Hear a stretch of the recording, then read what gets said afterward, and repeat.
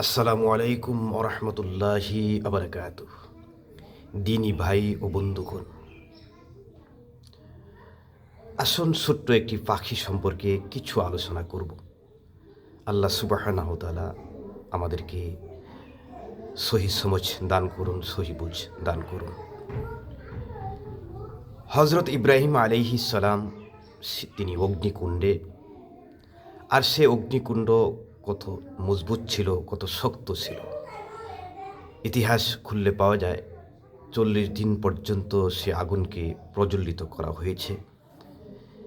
কোনো পাখি যদি সে আগুনের উপর দিয়ে ডানে কিংবা বাম দিয়ে যেত, সেই পাখি ভুনা হয়ে জমিনে পড়ে যেত। এত উত্তপ্ত ছিল সেই আগুনের। সে অগ্নিকুণ্ডে হজরত ইব্রাহিম আলাইহিস সালাম এক পাখি ঠুটে করে পানি নিয়ে সে অগ্নিকুণ্ডে নিক্ষেপ করছেন, ফেলছেন।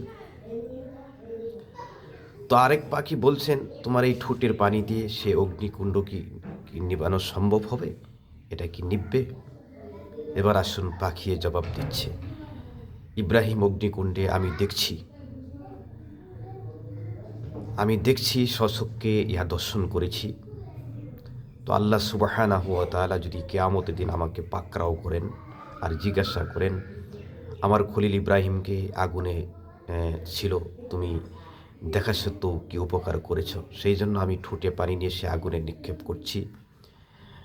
আগুন না নিবলেও আল্লাহ তাআলার কাছে যাতে আমি বলতে পারি, হে আল্লাহ, অবশ্য আমার একটি ফিকির ছিল, আমি ঠোঁটে করে যতটুকু পানি সম্ভব নিয়ে আমি আগুনের মধ্যে ফেলেছি, যাতে কাল কিয়ামতের দিন আল্লাহ তাআলার কাঠগড়াতে আমাকে আসামি হতে না হয়।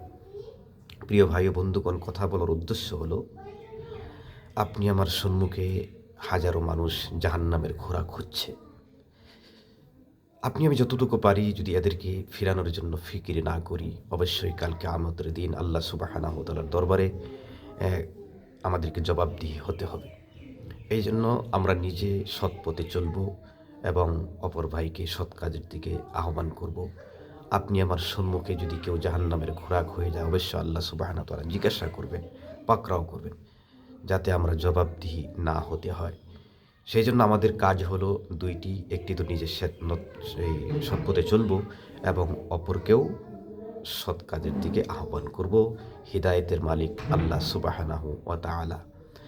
আসুন এই আলোচনার প্রতি আমরা পরিপূর্ণ মনোযোগ দিব এবং দিনের খাতিরে অবশ্যই সবাই শেয়ার করে দিব। আল্লাহ সুবহানাহু ওয়া তাআলা আমাদের সবাইকে দিনের পরিপূর্ণ বোঝ সমঝ দান করুন। ওয়া আখিরুদ দাওয়ানা আনিল হামদুলিল্লাহি রাব্বিল আলামিন।